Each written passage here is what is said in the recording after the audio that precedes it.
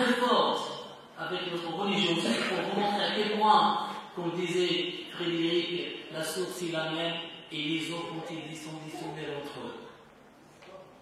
Eh bien, Jésus leur dit, regardez la réponse. D'accord, Moïse dit dans la loi, il vous ordonne d'appeler cette femme. Pas de problème. Maintenant, que celui d'entre vous qui n'a pas de péché, qu'il jette la première pierre. Un élan de miséricorde. Personne ne bouge. Y a-t-il quelqu'un sur terre qui n'a jamais commis de péché? Personne. Et donc, il a sauvé cette femme. Il a sauvé cette femme par miséricorde. Cet élan de miséricorde, il a épargné cette femme de ce châtiment. La même histoire va arriver au prophète. Un homme vient voir le prophète juste avant la prière dans la mosquée et il lui dit: ô prophète, j'ai fait une grave erreur, j'ai fait un péché et maintenant je veux être puni parce que j'ai fait un péché. Et c'est au prophète de lui dire: on verra ça après la prière. Après la prière, le monsieur insiste et revient. Le prophète ne voulait pas répondre, il voulait le laisser. Il ne voulait pas répondre. Et il revient après la prière. Il lui dit: ô prophète, voilà, j'ai commis un grand péché. Purifie-moi de ce péché. Et le prophète lui dit: est-ce que tu as fait la prière avec nous? Il lui dit: ô prophète, moi je te dis que j'ai fait un péché. Et toi tu me poses la question si j'ai fait la prière avec vous. Et au prophète de répéter la deuxième fois: est-ce que tu as fait la prière avec nous? Il dit: ah, ô prophète. Deuxième fois, troisième fois. Au bout de la troisième fois, le prophète lui dit: tu as fait la prière avec nous? Et l'homme lui dit, il finit par lui dire: oui, j'ai fait la prière. Et le prophète lui dit: vas-y, tu as été pardonné. Dieu t'a pardonné. Pour ne pas le divulguer, pour qu'il lui dit: vas-y, tu as la miséricorde de Dieu qui t'englobe du moment que tu reviens à Dieu, du moment que tu te repens, du moment que tu apprends de ton péché, vas-y, Dieu est miséricordieux. Donc ça c'est là un point de la miséricorde divine et la miséricorde du prophète. Et maintenant on va passer à un troisième point qui est la miséricorde au niveau communautaire. Au niveau communautaire, nous vivons ensemble. Aujourd'hui nous sommes dans sa salle, il y a des musulmans, il y a des chrétiens, il y a des agnostiques, il y a peut-être des athées, il y a peut-être des gens qui n'ont aucune foi, des gens qui ne croient pas. Mais il y a un verset dans le Coran qui nous interpelle et qui nous dit: يا أيها الناس إنا خلقناكم من ذكر وأنثى وجعلناكم شعوبا وقبائل لتعارفوا إن أكرمكم عند الله أتقاكم.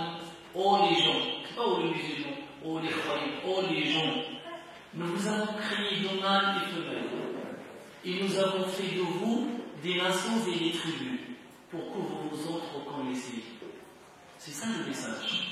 C'est ça le vrai message. Pour que vous vous autres connaissiez. Pour que vous vous entraidiez. Pour que vous travaillez ensemble. Pour que vous faites évoluer votre société. Pour que vous soyez des acteurs. Pour que vous soyez des gens qui vont répandre le bien sur terre pour répondre à votre mission. Et à ce dont pourquoi vous avez été créés. Le prophète dit: celui qui n'a pas de miséricorde pour les hommes, Dieu ne sera pas miséricordieux envers lui. Dans une autre parole, il dit: celui qui n'est pas miséricordieux n'aura pas de miséricorde. Et dans un autre, il dit: il n'y a pas, ou il ne fait pas partie de ma communauté celui qui n'est pas miséricordieux envers le petit et celui qui ne respecte pas le plus âgé. Nous allons découper cette miséricorde communautaire dans laquelle on vit en plusieurs points. Le premier point, c'est la miséricorde envers les parents et les proches. Et là, j'interpelle les jeunes, tous les jeunes qui sont présents aujourd'hui. Dieu nous dit dans le Coran, pour les parents, il dit: وَقَضَى رَبُّكَ أَلَّا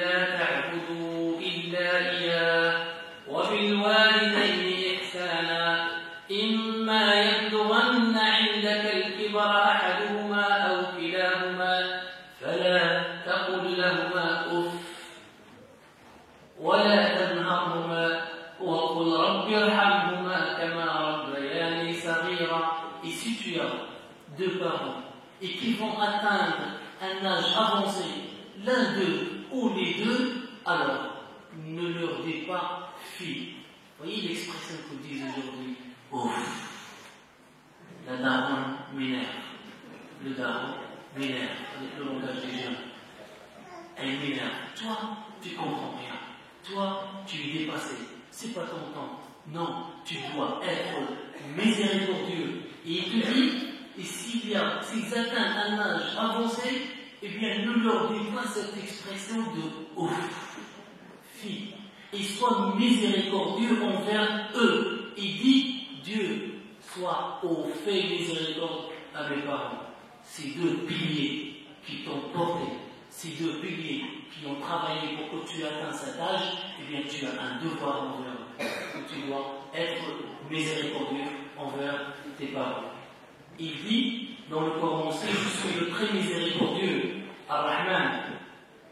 Pardon, c'est une parole prophétique. Donc Dieu parle en disant je suis le très miséricordieux, Ar-Rahman. J'ai créé les liens de parenté, Ar-Rahim, et j'ai fait dériver leur nom de mon propre nom. Celui qui préservera ce lien, je le préserverai, et celui qui les romprait, je romprai avec lui. Ça veut dire quoi? Ça veut dire que cette relation familiale, cette relation avec les parents, cette relation avec les proches, celui qui va la conserver, celui qui va la préserver, et va être préservé par Dieu, et celui qui va la rompre, et celui qui va la couper, et bien ce lien avec Dieu va être coupé. Miséricorde avec les parents, mais miséricorde également avec les enfants. Et rappelez-vous, je disais tout à l'heure que le prophète a dit, ne fais pas partie de ma communauté celui qui n'est pas miséricordieux envers les enfants. Notre comportement avec nos enfants aujourd'hui, comment il est? Est-ce qu'on est miséricordieux envers les petits?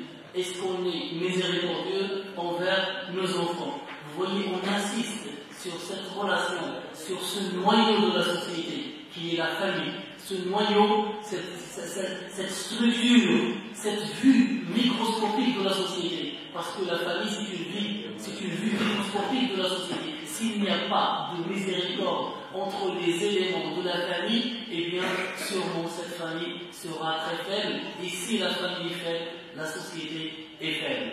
Miséricorde envers les époux. Et ça, c'est très intéressant. La miséricorde entre l'homme et sa femme, entre la femme et son mari. Dieu donc dit en ce sens, pour cette relation entre homme et femme, il dit خلق لكم من أنفسكم أزواجا ومن آياته أن خلق لكم من أنفسكم أزواجا لتسكنوا إليها وجعل بينكم مودة ورحمة إن في ذلك لآيات لقوم يتفكرون. Et parmi ces signes, il a créé pour vous, de vous. C'est-à-dire que ta femme, et là j'adresse la parole aux hommes, c'est que ta femme fait partie de toi. Eh bien, quand tu entretiens ton corps, quand tu fais attention à ton œil, fais attention à ta chérie. Fais attention à ta femme. Quand tu prêtes attention à ton corps, pourquoi? Parce qu'elle fait partie de toi. Et Dieu dit ici, et il a fait de vous, entre vous, une miséricorde et un amour. Pas seulement l'amour, il faut qu'il y ait de l'amour et il faut qu'il y ait de la miséricorde et de la sécurité. Et nous avons besoin de ça aujourd'hui. Nous avons besoin de cette relation forte entre l'homme et sa femme, entre la femme et son mari. Une relation d'amour, une relation de paix, une relation de respect, une relation de miséricorde. La miséricorde envers les orphelins. L'islam ici nous montre, attention, vous vivez mais vous n'êtes pas seul. Il y a des orphelins, il y a des enfants qui n'ont pas de parents. Et le prophète disait à un homme qui était venu se plaindre, en disant au prophète, j'ai mon cœur qui commence à durcir. Quand je dis cœur qui durcit, je ne parle pas de la chair, je ne parle pas de mon cœur, mais le cœur, les sentiments. Et je lui dis que je commence à ressentir un durcissement du cœur. Et au prophète de lui dire, eh bien, passe ta main sur la tête d'un orphelin, tu vas voir ce que tu vas ressentir. Il faut qu'on prenne en charge ces orphelins. Ils font partie de nous, ils font partie de notre société. Et si on met tous les mains dans la main et qu'on soit miséricordieux envers ces orphelins qui n'ont rien pour leur montrer que c'est leur droit, notre comportement avec eux, c'est leur droit. Et notre miséricorde envers ces gens-là, envers ces orphelins, c'est un droit, c'est leur droit et c'est de notre devoir. La miséricorde envers les pauvres. Envers les pauvres. Le prophète, le prophète de l'Islam, dit que celui qui dort le ventre plein et que son voisin n'a rien à manger, eh bien celui-là n'a pas atteint le degré de la foi qu'il faut. Tu dois prendre en charge ces pauvres. Vous le remarquez aujourd'hui dans notre société, et le meilleur exemple, c'est la collecte dont Patrick disait tout à l'heure. Nous étions étonnés par le sourire, les gens qui donnaient avec le sourire, les gens qui donnent et qui achetaient pour tout le monde, pour les pauvres. Et ça pour dire que nous sommes avec vous. Nous sommes avec vous. Et ce qui nous appartient, vous appartient. On vous aide. Et vous êtes les plus démunis, mais vous pouvez ressentir qu'on est là. Nous étions étonnés parce ce qu'on a collecté. C'est cette relation qu'on a aujourd'hui. C'est cette relation qu'on doit avoir. S'occuper des pauvres, s'occuper des orphelins et travailler pour Dieu et pour la société. Parmi les invocations du prophète de l'Islam, on trouve notamment grand Dieu, fais que j'entreprenne des actions de bien et que je laisse toute action de la mal et que dans mon cœur tu mets l'amour des pauvres. C'est-à-dire mis dans mon cœur l'amour du pauvre pour que j'aime les pauvres. Il faut aimer les pauvres et il ne faut pas créer cette barrière entre les riches et les pauvres. La miséricorde envers les malades. Puis là on est à étape par étape dans tous les membres de la société. Envers les malades, je vous cite un hadith qudsi. C'est quoi un hadith qudsi? C'est une parole de Dieu qu'il a dit à son prophète. 18. La miséricorde envers les malades. Donc Dieu dit, je vais le résumer parce que vous avez le texte dans la feuille. Il va appeler un homme et lui dit, oh mon serviteur, j'étais malade et tu ne m'as pas rendu visite. Et le serviteur va lui dire, mais comment tu tombes malade alors que tu es le Seigneur? Et Dieu lui dit, ne savais-tu pas que mon serviteur tel était malade? Ne savais-tu pas que si tu lui avais rendu visite, tu me trouverais chez lui? Oh mon serviteur, je t'ai demandé à manger et tu m'en as pas donné. Dieu, comment je te donne à manger, comment je te nourris alors que c'est toi le Seigneur? Dieu lui dit, ne savais-tu pas que mon serviteur n'avait rien à manger? Ne savais-tu pas que si tu lui avais donné à manger, tu trouveras ça chez moi? Et le troisième mois, mon serviteur, je t'avais demandé à boire et tu m'en as pas donné. Comment je te donne à boire alors que tu es le Seigneur? Ne savais-tu pas que si mon serviteur avait besoin de boire, si tu lui avais donné à boire, eh bien tu aurais trouvé ça chez moi? Vous voyez, ça veut dire que je fais cette action pour Dieu et pour moi. Pour Dieu, pour moi, pour la société. La miséricorde entre la proximité et le voisinage.